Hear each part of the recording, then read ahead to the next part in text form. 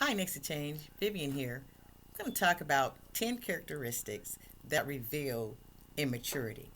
We keep trying to go higher and raise the bar in our self growth, just in our personal everything, and just to be better people and to be better than we were yesterday, and just experiencing that bliss and that expansion, of awareness and of life and of love that comes along with all that. So I want to talk about these 10 characteristics that reveal immaturity, and those are some things that if we need to work on them, we can work on them. The first one is self-righteousness. That self-righteousness is the idea that for some reason our morals and our principles and our standards are just higher than everybody else's. Like we're in a class of our own. And it's not just that we're working on ourselves, it's not just that we're looking at ourselves, it's that we're looking at other people with disdain and with judgment.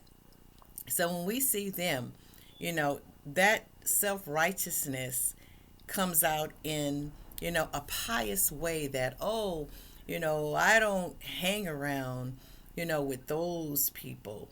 And the things that you're really looking down on could be harmless things. They could just be things that you don't agree with. It really may not really even have anything to do with anything other than your perceptions and your own personal beliefs.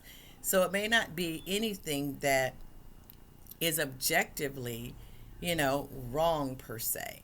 It's more of a subjective thing. And a lot of times, we can pick that up from our religious traditions, from our clubs, our organizations, and even, our upbringing, And so a lot of people that are self righteous, they do carry those things with them. And then it's just one more way for them to put themselves up above other people.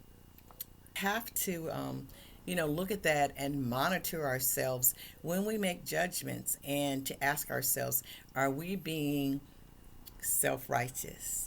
Is this judgment, is it a thought out judgment? Is it, is it fair? Or is it again just something subjective?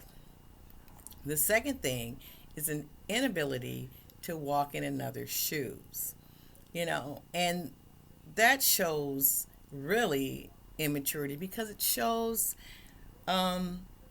that we have a lack of the ability to take another's perspective, and that's something that you teach young children early on, and we ask them questions like, how do you think they feel? How would you feel if this happened to you?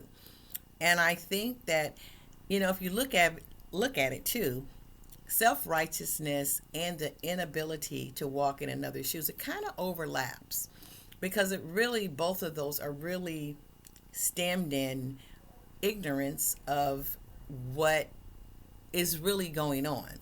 So we make a self-righteous judgment, with remarks like, I wouldn't do that, or I wouldn't live with anybody that does that, or look what they did. I wouldn't. It's usually a putting yourself in a superior position of your own analysis of how you live your life versus someone else. So it's self-righteousness, and it is rooted in ignorance of others' background and situation. And then it's also an inability to walk in another person's shoes. So, that's another thing to look at. Number three, selfishness. That is a great characteristic of immaturity. And that's kind of, I believe, rooted in having a thought of or a foundational belief of lack. That somehow there's so much a lack around oneself versus having a vision of abundance. So selfishness is, some people just don't even have the ability to share anything. They can't share their money, they can't donate anything, they can't chip in. When people are putting in to make something happen or to do something positive, they never chip in. They don't want to share their ideas. If they find a good deal somewhere, if they find a hack to something, they won't share that because they're selfish. And so it's even in relationships, some people are unwilling to reciprocate the things that they solicit from other people. And it comes again, that's a selfish act. That's a selfish behavior. And so that is something that's immature. The fourth thing is the inability to apologize. And when I say apologize, I mean a full hearted apology, which sounds something like this: I'm sorry that I did this thing, and because I feel like it caused this and it was wrong. A lot of people apologize by saying, if I offended you or if I did anything to you, and it really puts the onus on the person. Like, I didn't do anything, you're just taking it that way. When many times, it is, we've done something. Not all the time, but it takes a mature person to admit their faults and to admit that I did this to you, or I did this thing that caused you harm, or I did this thing and it was wrong and I'm sorry. So accepting full accountability for that behavior. That is the mature way to do it. Number 5 is an inability to give others what they need versus what they want. So that takes a lot of maturity and a lot of wisdom, because sometimes people bombard us with the things that they want. And the things that they want may not be beneficial for them. It may not be beneficial for us. In fact, sometimes the things that people want are things that will hurt them, that could cause them pain, that will bring harm to them. And, and a mature person can see down the line with foresight, and they can say, if I give this person what they want, it won't be beneficial. So I want to look past what this person wants and give them what they need. And you can see that too in good parenting. Some people just want to be friends with their children. And, while doing that, they fail to give their child the rearing and the knowledge and building the discipline and the other things, which is what they need. And instead of giving them what they need, they give them what they want. So a mature person can do that. Number 6, an inability to see yourself in the eyes of others. It takes maturity to do that. And when we're not doing that, that is a sign that we're immature in that area. Because mature people can see ourselves in the eyes of others. And it's not that we're always want to look at ourselves through the lens of other people. That's not it. But sometimes the lens of another can be a very good barometer on what it is that we're putting out, or how we're presenting ourselves to the world. And sometimes you can see other people and just foolhardy, and it could just be they're just in all their foolishness, and they can't see it, but everybody else can see it.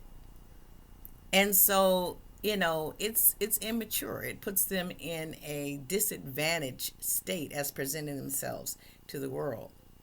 So it's immature to not be able to see yourself in the eyes of other people.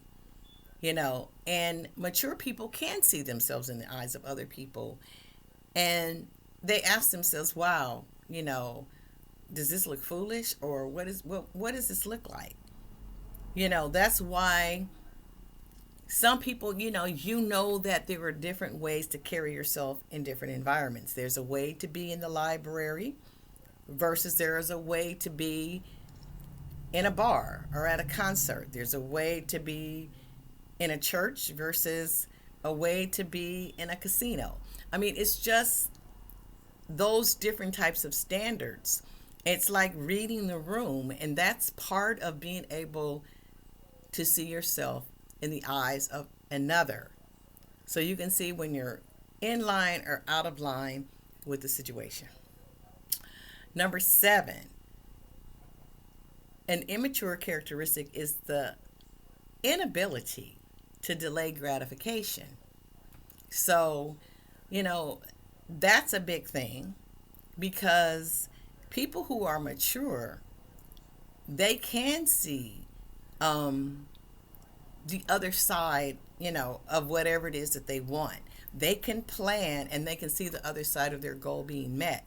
So they don't have to just rush in and do things. They can delay gratification. So that's even with relationships. Sometimes we get into relationships and we didn't vet the person because we're unable to delay gratification. We don't want to wait. That's even people that you see that may have a lot of debt. It's because they were unable to delay gratification. You know, so, patience does have a perfect work in a lot of things. So, people that are immature, I mean, it's just like kids, right? They want it now. They can't wait. They can't wait to save their allowance in order to get something. They can't wait till the next holiday comes to get it. They can't wait till their birthday. And that is because they don't have the capacity to do it. They haven't reached that maturity level. Their brain function hasn't reached that level. But as adults, we have. So that's something that we can practice, and it's something that we can look at, and it will help us to create and express maturity. Number 8 is cavalier about others' things. That's a sign of immaturity. Somebody sends you out with some money on a task to do a good deal for them, and you spend all their money, you get a bad deal, you don't really get good quality, you don't get the quantity. It's because you're cavalier about others' things. You're cavalier about other people's money, so you just spend it, frivolously. You're cavalier about other people's feelings, so you just hurt them and step all over them. Somebody loans you their car, you wreck it, it's unwashed, it's not clean. They lend you their clothes and you bring them back ripped and tattered. That's a sign of immaturity. You're a cavalier about other things. And number 9, you don't count the cost of your behaviors. And so that's something that we learn early, or we should. If you do this, what are the consequences? And when people are younger and they're developing and they're developing their emotional well-being and their social well-being, and particularly in the social arena, we always talk about going out and doing things with people, or what will be the consequences of your behavior. And if you look at younger people, they don't think about the consequence. They just live for that moment. And, it's immature to just take risks. There are some risks that are good. I mean, those are calculated risks, right? Because, to get to expand and to explore opportunities, sometimes it is a risk. But those are calculated risks. It's not just throwing caution to the wind. And immature people throw caution to the wind. So that is a sign of immaturity. Number 10, a sign of immaturity is that you take everything personal and you always feel slighted. And I know some people like that. Everything is personal. They always feel slighted. They're people that you have to walk around like you're walking around on eggshells with them. You never know when they're going to be upset. You never know when they're going to explode. You never know when they're going to become passive aggressive. um, it's like you could go out with them. I mean, I'm using this as an example because I knew someone like that. You go somewhere with them and everything seems fine, and then 3 days later, it's a 4-page text message, and you're like, wow, where did this come from? Or somebody's been harboring animosity, for days. So that's a sign of immaturity. You take everything personal and you always feel slighted, and people have to feel very uncomfortable around you because in order to get along with you, they have to be able to read your mind. So that's just a sign of maturity. Immaturity, I'm sorry. So those are 10 things that reveal immaturity. And, if any of those things fit and those are things that you need to work on, we can always work on them, because we're all on a journey and we're all works in progress.